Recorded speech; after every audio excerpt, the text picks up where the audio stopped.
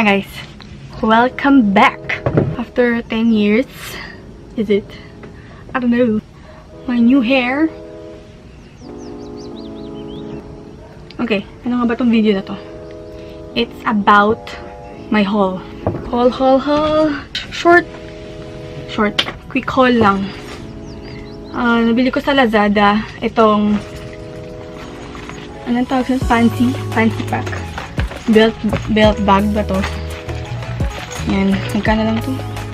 200 something. It's there. Then, pangalawa is itong SanDisk Ultra. Memory card. 32 gig. Watsons. No, SM department store. Okay. First thing, Kiss. Press and go, press on manicure. First time kong gagamit nito. Basta nakikita ko lang ito sa FB eh. Yung mga sa advertisement nila. Medyo mahal. $599 pa na ito nakuha ko. Kala ko $500 lang. Watsons. Oh, yeah. Watsons SM department store. Wala akong table. Second bag. Namili na naman ako ng makeup. Actually, ngayon lang ulit. Ngayon lang after so many years. Kasi gusto kong gawa ng glowy makeup. Or wala akong highlighter na maganda eh. Parang kunti lang laman. 25ml. Yan lang. Ito yung product. Ito yung bakante. Ito yung sa Wet n Wild.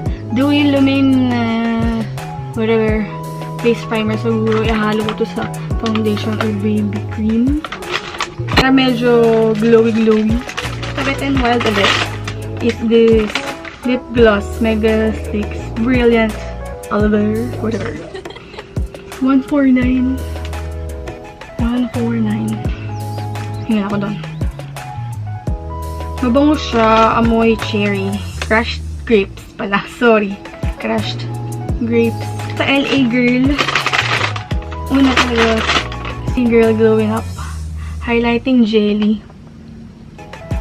In Glowaholic. Ang ganda siya.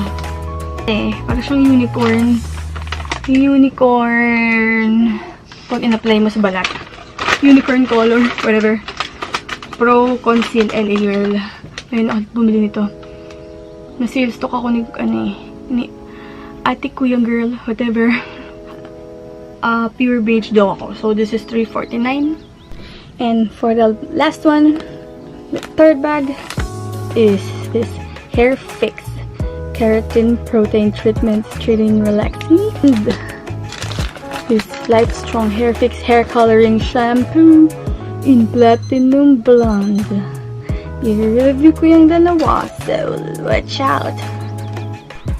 That's it for now, guys. See you again in my next vid. And bye.